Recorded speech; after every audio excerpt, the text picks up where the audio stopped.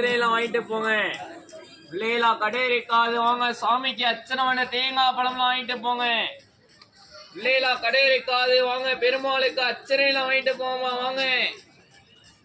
தேங்காய் பழம் அர்ச்சனை. பிள்ளைகளா கடை இருக்காது வாங்க. பெருமாளுக்கு அர்ச்சனை எல்லாம் வாங்கிட்டு போமா வாங்க.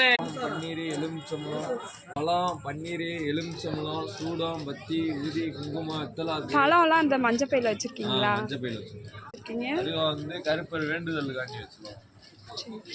அருவா வாங்கி செலுத்துறாங்க, நேர்த்தி கடன் செலுத்துறாங்க.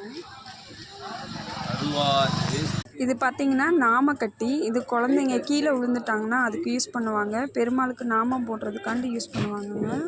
வந்தால் கோயிலுக்கு வந்தால் கண்டிப்பாக இதை வாங்கி வீட்டில் வச்சுக்கோங்க.